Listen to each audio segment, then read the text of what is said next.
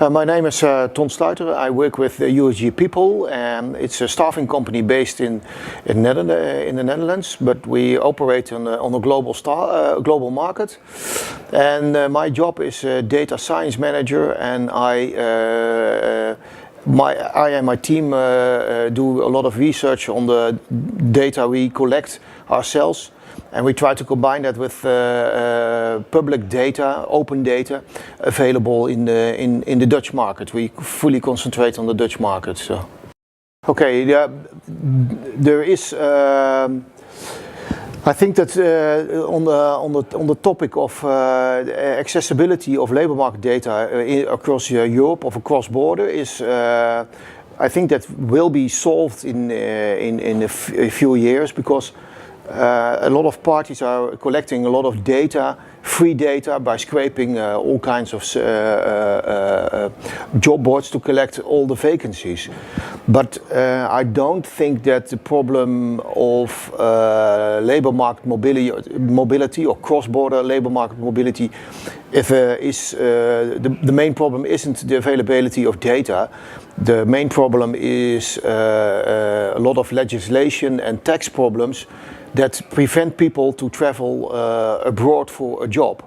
And we did a study for cross-border labour market mobility between the Netherlands and Belgium. They even speak the same language, but we saw a drop of cross-border mobility because of a lot of difficulties, worries about tax and legislation problems, and social security is a big problem as well. And as long as we don't fix those problems in Europe, then the labour market mobility will be very slow, very small. And the only thing that we see is a lot of migrants coming to from Eastern Europe, for instance, but they live in the country that they are working in. It's not cross-border labour market mobility. So if we want to have real cross-border labour market mobility, we have to do something about social security and taxes all over Europe. And as soon as that is fixed, then I think that the cross-border labour market mobility will rise fast.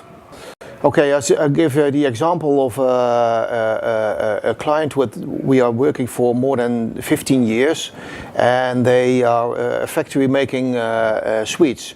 And when we started there, giving people a job there, staffing jobs, there were a lot of low-skilled blue-collar working people there, and they had to put bags in a box and so on. But what we see now is that there is over the years there has been a drop in the low-skilled jobs and a rise in the high-skilled jobs in the same factory, because a lot of the processes have been automated, and instead of 10 people working on a production line, now there's only one guy, process operator, watching the process and pushing buttons when there is something wrong, or calling a service agent to help fix a problem at conveyor belt.